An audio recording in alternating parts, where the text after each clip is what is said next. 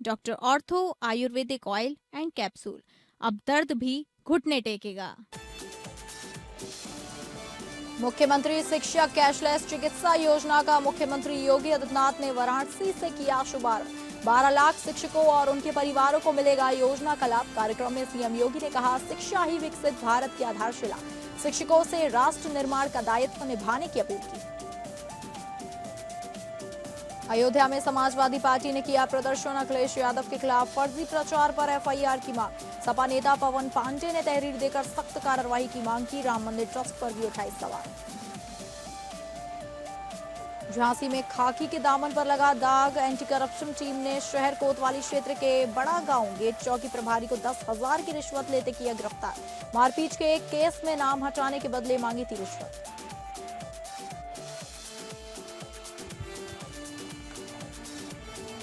नमस्कार, आप सभी का बहुत स्वागत है उत्तर प्रदेश बुलेटिन में और मैं हूं आपके साथ अंकिता सिंह। शुरुआत करेंगे बुलेटिन की, जहां मुख्यमंत्री योगी आदित्यनाथ ने वाराणसी से मुख्यमंत्री शिक्षा कैशलेस चिकित्सा योजना का शुभारंभ किया, जिससे प्रदेश के करीब 12 लाख शिक्षक और उनके परिवार लाभान्वित होंगे। इस दौरान उन्होंने 1.10 करोड़ छात्रों के खातों में डीबीटी के माध्यम से 1200 रुपए भी भेजे और शिक्षकों की सामाजिक सुरक्षा हेतु एमओयू पर हस्ताक्षर किए। मुख्यमंत्री योगी ने मुख्यमंत्री शिक्षा कैशलेस चिकित्सा योजना के शुभारंभ अवसर पर शिक्षकों को राष्ट्र निर्माण की सबसे महत्वपूर्ण कड़ी बताते हुए कहा कि प्रत्येक नागरिक का दायित्व है कि हर बच्चे को विद्यालय तक पहुंचाए, लेकिन शिक्षकों की जिम्मेदारी सबसे अधिक है। उन्होंने कहा कि निपुण भारत अभियान प्रधानमंत्री नरेंद्र मोदी का विजन है, जिसका उद्देश्य प्रत्येक बच्चे को बुनियादी शिक्षा में दक्ष बनाना है। मजबूत शिक्षा व्यवस्था ही सशक्त राष्ट्र की नींव रख सकती है और इस जिम्मेदारी का निर्वहन शिक्षकों को करना होगा। मुख्यमंत्री ने कहा कि एक समय उत्तर प्रदेश की शिक्षा व्यवस्था को स्वार्थपूर्ण राजनीति के कारण गंभीर नुकसान पहुंचा, जिससे राज्य पिछड़ा गया। उन्होंने कहा, शिक्षा समाज की आधारशिला है और इसके बिना विकास संभव नहीं है। उन्होंने राष्ट्रीय शिक्षा नीति का उल्लेख करते हुए कहा कि प्रधानमंत्री मोदी के विकसित भारत के संकल्प को साकार करने के लिए भारतीय परंपरा पर आधारित नई शिक्षा नीति लागू की गई है। शिक्षा के क्षेत्र में निवेश कभी व्यर्थ नहीं जाता और इसी का परिणाम है कि उत्तर प्रदेश आज तेजी से विकास के मार्ग पर अग्रसर है। मुख्यमंत्री ने कहा कि आज से 9 साल पहले शिक्षकों को नौकरी के लिए संघर्ष करना पड़ता था और उन्हें अपेक्षित सम्मान नहीं मिलता था, जबकि आज उनकी पहचान और सम्मान दोनों बढ़े हुए हैं। उन्होंने शिक्षकों से आह्वान किया कि वे देश के भविष्य और राष्ट्रीय अखंडता के प्रति अपनी जिम्मेदारी का ईमानदारी से निर्वहन करें। उन्होंने आचार्य चाणक्य, महामना मदन मोहन मालवीय और डॉक्टर सर्वपल्ली राधाकृष्णन को आदर्श शिक्षक बताते हुए कहा कि ऐसे आदर्शों से प्रेरणा लेकर ही राष्ट्र को मजबूत और आत्मनिर्भर बनाया जा सकता है। उन्होंने कहा, यदि गुरु आचार्य चाणक्य जैसे हों तो देश कभी कमजोर नहीं हो सकता और ना ही कोई विदेशी शक्ति उसकी ओर बुरी नजर डाल सकती है। निपुण भारत अभियान के अंतर्गत मैं देख रहा था, तीसरी क्लास के बच्चे बहुत अच्छे ढंग से वाक्य बनाने और उसको पढ़ने में स्वयं में निपुण दिखाई दे रहे थे। यानी भाषा का ज्ञान भी है, लेकिन साथ साथ अंक गणित का भी ज्ञान उन्हें वहां पर दिखाई दे रहा था। एक अच्छी शुरुआत है। प्रधानमंत्री मोदी जी का ये विजन है कि निपुण भारत अभियान में हर बच्चे को हम पारंगत कर सकें, उसके क्षेत्र में योग्य बना सकें। ये केवल एक शिक्षक के रूप में दायित्व ही नहीं, ये हमारा राष्ट्रीय कर्तव्य भी है। नींव मजबूत होगी तो उस मजबूत नींव में एक भव्य इमारत का निर्माण करने में हम सफल होंगे। सुदृढ़ नींव पर ही एक सशक्त भवन तैयार हो सकता है और उसका दायित्व आपके ऊपर है। अयोध्या में समाजवादी पार्टी के वरिष्ठ नेता और पूर्व मंत्री तेज नारायण पांडे उर्फ पवन पांडे ने कोतवाली नगर में तहरीर देकर सपा प्रमुख अखिलेश यादव के खिलाफ सोशल मीडिया पर कथित भ्रामक और झूठा प्रचार करने वालों के खिलाफ सख्त कार्रवाई की मांग की है। इसके साथ ही उन्होंने राम मंदिर ट्रस्ट के कामकाज और चढ़ावे को लेकर भी कई सवाल उठाए हैं। पूर्व मंत्री पवन पांडे ने पुलिस को दी गई तहरीर में आरोप लगाया कि राम मंदिर चढ़ावा चोरी प्रकरण में भाजपा और संघ से जुड़े लोगों को राजनीतिक नुकसान होता देख सांसद निशिकांत दुबे, जगत गुरु परमहंस आचार्य, प्रियंका राय, अखिलेश सिंह समेत अन्य लोगों ने साजिश के तहत अखिलेश यादव के खिलाफ कथित रूप से फर्जी वीडियो और सोशल मीडिया पोस्ट वायरल किए। उन्होंने सभी के खिलाफ तत्काल एफआईआर दर्ज कर गिरफ्तारी की मांग की है। पवन पांडे ने कहा कि वायरल किए गए पोस्ट में यह दावा किया गया कि मंदिर घोटाले के आरोपी टुन्नू यादव और अखिलेश यादव के बीच 980 बार बातचीत हुई, जबकि यह पूरी तरह मनगढ़ंत और भ्रामक है। उन्होंने कहा इस तरह की गलत जानकारी फैलाकर जनता को गुमराह करना और सपा की छवि धूमिल करने की कोशिश की गई है। इस दौरान पवन पांडे ने राम मंदिर ट्रस्ट के कुछ पदाधिकारियों पर भी सवाल उठाते हुए चढ़ावे और ट्रस्ट के कामकाज की निष्पक्ष जांच की मांग की है। उन्होंने चंपत राय, अनिल मिश्रा, गोपाल राव और गोविंद देवगिरी के खिलाफ एफआईआर दर्ज करने की मांग की है। इसके साथ ही ट्रस्ट के कोषाध्यक्ष गोविंद देवगिरी जी महाराज से नैतिक आधार पर इस्तीफा देने की भी मांग की है। समाजवादी पार्टी के माननीय राष्ट्रीय अध्यक्ष ने आरोप लगाया था कि ट्रस्ट में चोरी हो रही है, कोष के साथ खिलवाड़ हो रहा है और उसके प्रमाण मिले। 8 लोग जेल चले गए, चंपत राय, अनिल मिश्रा, गोपाल राव बाहर कर दिए गए। अखिलेश यादव जी ने जो बात कही थी वो सच साबित हुई कि मंदिर में चोरी हो रही है, मंदिर के कोष के साथ, चढ़ावे के साथ लूट हो रही है। उसके प्रमाण मिले, सब बाहर हो गए। अब ये बात भाजपा, संघ और विहिप के लोगों को बहुत बुरी लगी कि अखिलेश यादव जी ने बात खोल दिया। संघ, विहिप और भाजपा की चोरी अखिलेश यादव जी ने पकड़ ली। ये बात संपूर्ण भाजपा को बहुत बुरी लगी। अब उसमें एक अभियुक्त टुन्नू यादव हैं। अब जब कुछ नहीं पाए तो बता रहे टुन्नू यादव अखिलेश जी की बात होती थी, इतनी बार बात हुई। तो मैंने वही आज एफआईआर कराया है, निशिकांत दुबे पर अपना कागज प्रार्थना पत्र दिया है कोतवाली नगर में कि इनके खिलाफ एफआईआर हो। प्रदेश कांग्रेस कमेटी नेतृत्व के निर्देश अनुसार जिला कांग्रेस कमेटी द्वारा जिलाध्यक्ष गोपाल कुलश्रेष्ठ की अध्यक्षता में अयोध्या स्थित प्रभु श्री राम मंदिर में चढ़ावे की हुई चोरी व इन चढ़ावा चोरों से मुक्ति के लिए सद्बुद्धि पदयात्रा का आयोजन किया गया, जो कांग्रेस कमेटी कार्यालय मंडी धर्मदास से लेनगंज होते हुए शहर के मुख्य धार्मिक स्थल हनुमान बाबा मंदिर पर जाकर जिसका समापन किया गया। जिलाध्यक्ष गोपाल कुलश्रेष्ठ ने बताया कि अयोध्या स्थित श्री राम मंदिर में चढ़ावे की चोरी एवं वित्तीय अनियमितताओं से जुड़ी खबरों ने करोड़ों राम भक्तों की आस्था को आहत किया है। भाजपा सरकार ने जिनके नाम से वोट लिया, आज उन्हीं प्रभु श्री राम की आड़ में लगभग 200 करोड़ की चढ़ावा की चोरी कर उन्हें ही लूट लिया। वो भूल गए कि भगवान श्री राम एक मर्यादा पुरुषोत्तम है और इन चंदा चोरों ने उनके मंदिर की मर्यादा को भंग किया है, जिनको भगवान श्री राम कभी माफ नहीं करेंगे।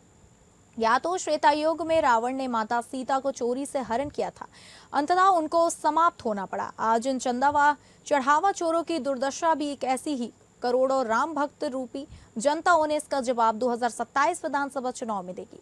कांग्रेस पार्टी का स्पष्ट मानना है कि आस्था से जुड़ी इस संपूर्ण घटना की माननीय उच्च न्यायालय के सिटिंग जज से निष्पक्ष जांच कराई जाए। ट्रस्ट को तत्काल व चंदा चोरों को कड़ी से कड़ी सजा दी जाए, जिससे भविष्य में ऐसी गलती ना हो सके। इन्हीं चंदा व चढ़ावा चोरी से मुक्ति के लिए आज कांग्रेस पार्टी द्वारा सद्बुद्धि पदयात्रा निकाली गई। भाजपा जब से आई है हर चीज की चोरी करती जा रही है। पहले वोटों की चोरी की, फिर उसके बाद सीट चोरी की, फिर उसके बाद विधायक चोरी की, सांसद चोरी की। अब स्थिति जो है भगवान राम को भी नहीं छोड़ रहे, उनके भी चढ़ावा की चोरी की जा रही है।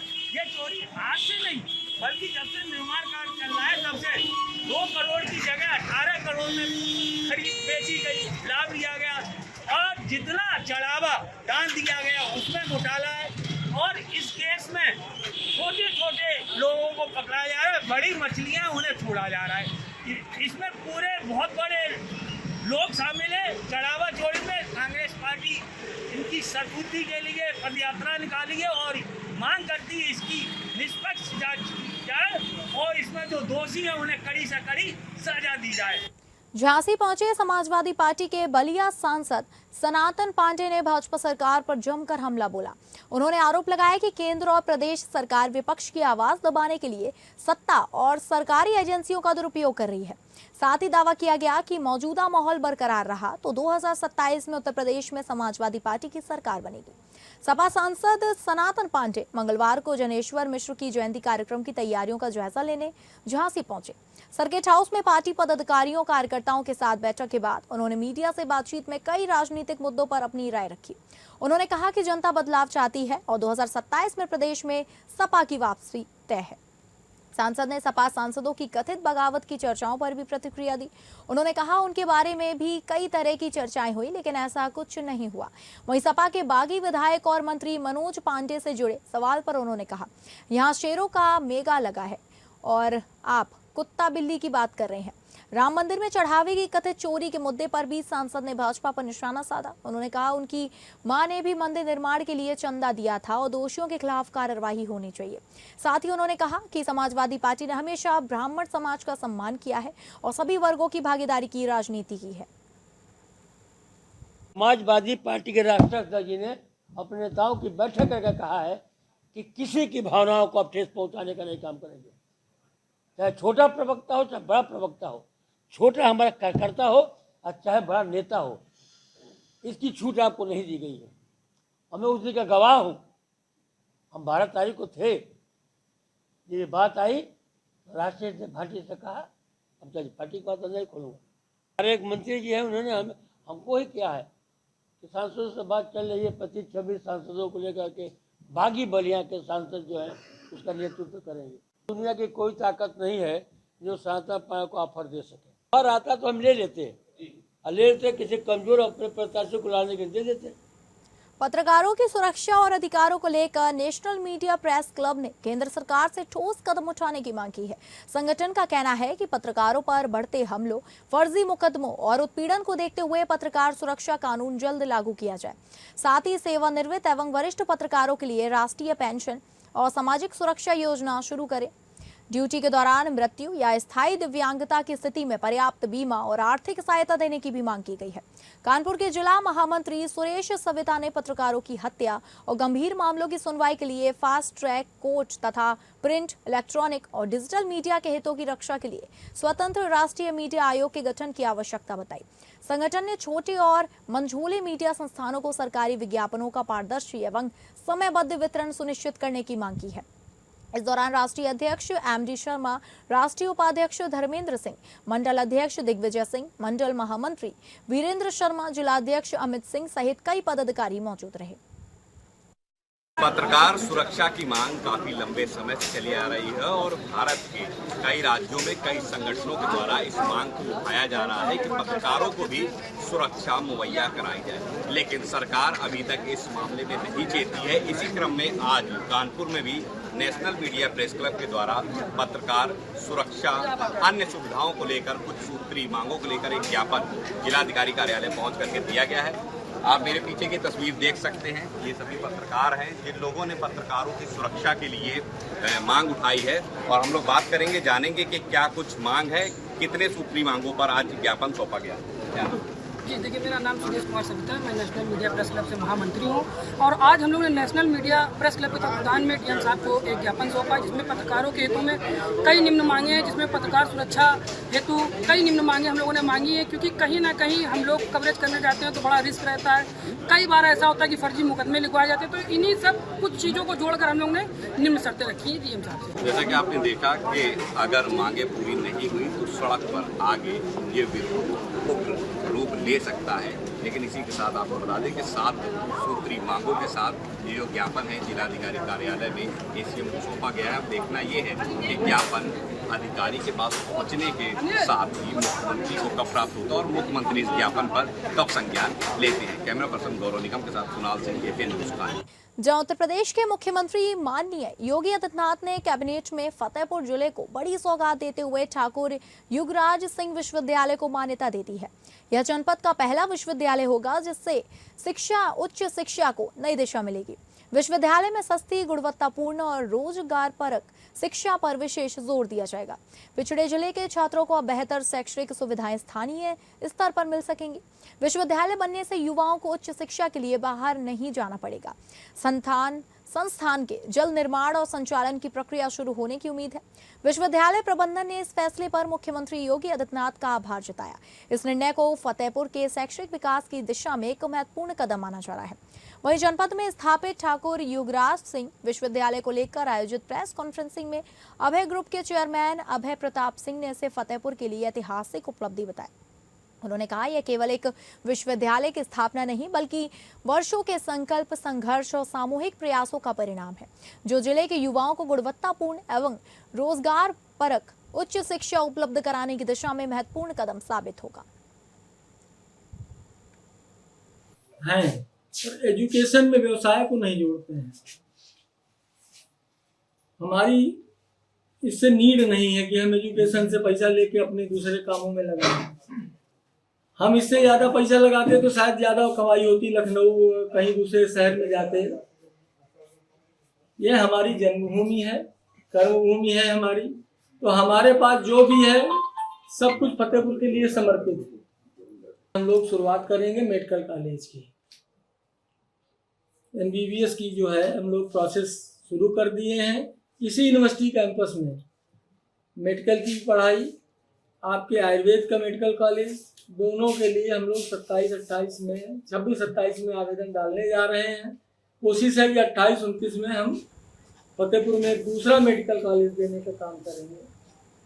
लखनऊ के आलमबाग में एक निजी स्कूल में स्मार्ट कक्षाओं और संगीत कक्ष का उद्घाटन लखनऊ की महापौर सुषमा खरकवाल ने किया। इस अवसर पर पूर्व महापौर संयुक्ता भाटिया भी मौजूद रही। महापौर ने कहा कि आधुनिक तकनीक और संगीत जैसी रचनात्मक गतिविधियां बच्चों के सर्वांगीण विकास में महत्वपूर्ण भूमिका निभाती हैं।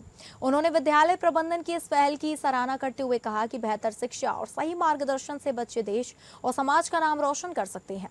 कार्यक्रम में विद्यालय प्रबंधन, शिक्षक, अभिभावक और बड़ी संख्या में छात्र उपस्थित रहे।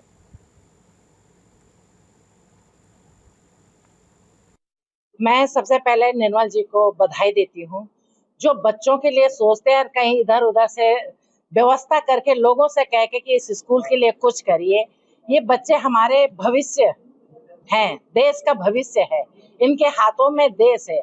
इनको हम अगर सही व्यवस्था, सही रास्ते पे ले जाएं तो बच्चे, देश खुशहाल रहेगा, बच्चे भी आगे बढ़ेंगे। आप ये सोचिए, छोटा बच्चा एक बिल्कुल प्लेन कागज के जैसे होता है, और अगर उसको सारी व्यवस्था सब कुछ दें, एक माँ पहली टीचर होती है, दूसरा टीचर स्कूल में होते हैं। कानपुर कल्याणपुर पुलिस ने ऑनलाइन गेम के नाम पर करोड़ों रुपए और साइबर ठगी करने वाले अंतर्राज्यीय गिरोह का पर्दाफाश करते हुए 3 आरोपियों को गिरफ्तार किया है। पुलिस के मुताबिक आरोपी कंबोडिया में साइबर फ्रॉड की ट्रेनिंग लेने के बाद कानपुर समेत कई राज्यों में अपना नेटवर्क संचालित कर रहे थे।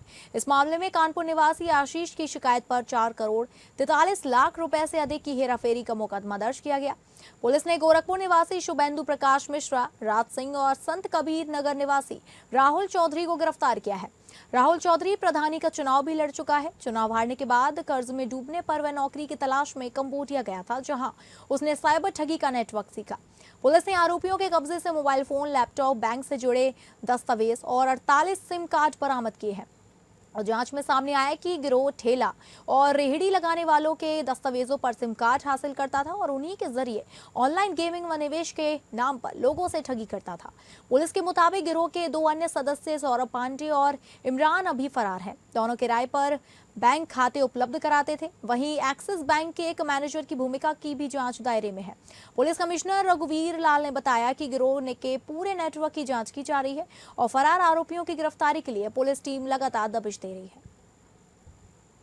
93 लाख रुपया का जो फ्रॉड हुआ था, इसमें एक FIR पंजीकृत हुई थी आशीष कुमार के द्वारा कल्याणपुर थाने में, जिसमें से 52 NCRP पोर्टल पर कंप्लेन थी इस खाते पर, और इस खाते से 32,000 खातों में पैसा जाना दिखाया गया था, जो ऑनलाइन गेमिंग से रिलेटेड था।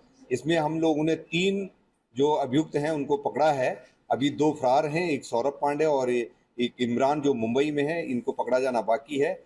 इसमें जो कंप्लेनेंट आशीष है, इनको ये बताया गया था कि आप अपना खाता दीजिए जिसकी लिमिट ज़्यादा है, करीब 400-500 करोड़ हो, और हम आपको 30% पैसे डोनेशन के रूप में देंगे। आशीष को लखनऊ में नवंबर महीने में रखाया गया था और उनको एडवांस में कुछ पैसा दिया गया था।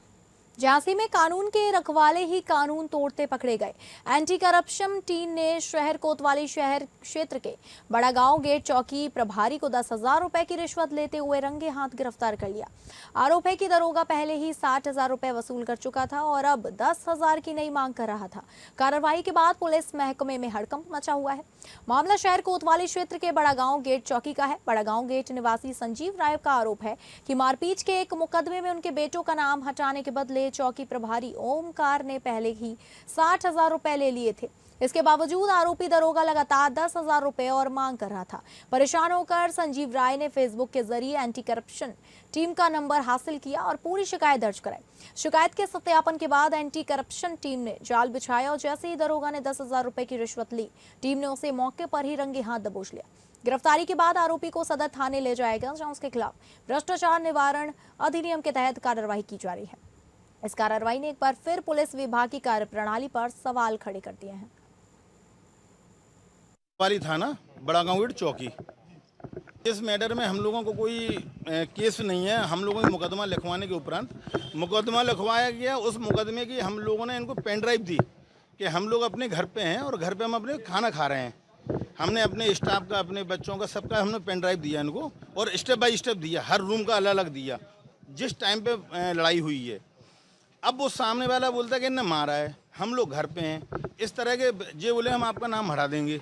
नाम हटाने के एवज में इनने क्या है, हमसे बात ना करके इनने हमारे बच्चों को बुलाया और इनने उनको खोपचे में लेके और इनसे 60,000 रुपये ले लिए। जे हमें मालूम चला 5-6 दिन बाद से लेने के उपरांत चलो कोई चीज़ पैसे मिल गए आपको, उसके बाद दूसरे दिन फिर आप टॉर्चर करने लगे, 40,000 और चाहिए, 50,000 और चाहिए। फिर बड़ी मुश्किल में जो 10,000 रुपये में मैटर हुआ, 10,000 रुपये में मैटर हुआ तो 10,000 रुपये इनको दिए गए आज। लेकिन एंटी करप्शन का जो सहयोग मिला वो बहुत अच्छा मिला। यूपी के कौशाम्बी जिले में एक भीषण सड़क हादसे में 2 सगे भाइयों समेत 4 युवकों की दर्दनाक मौत हो गई।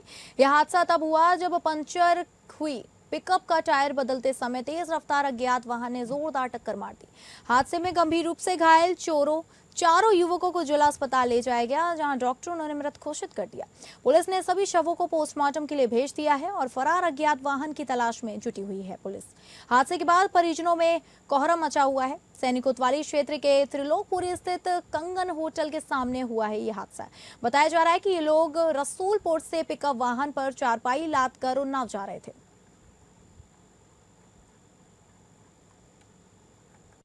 से उन्नाव हुई है चारपाई, तो रास्ते में टायर पंचर हो गया। तो फिर ये लोग टायर पंचर वालों को बुलाएं तो 2 लोग अपना टायर खोल बांध रहे थे, तो 2 लोग शायद मोबाइल जला के दिखा रहे थे। उतने में एक और स्पीड ट्रक आई, चारों को टक्कर मार दी। तो 2 तो शायद जख्मी सब थे और जिला अस्पताल पहुँचते एक बचा था, बाकी सब खत्म हो गए थे, 4 के चारों खत्म हो गए। तो फिलहाल उत्तर प्रदेश बुलेटिन में बस इतना ही। नमस्कार।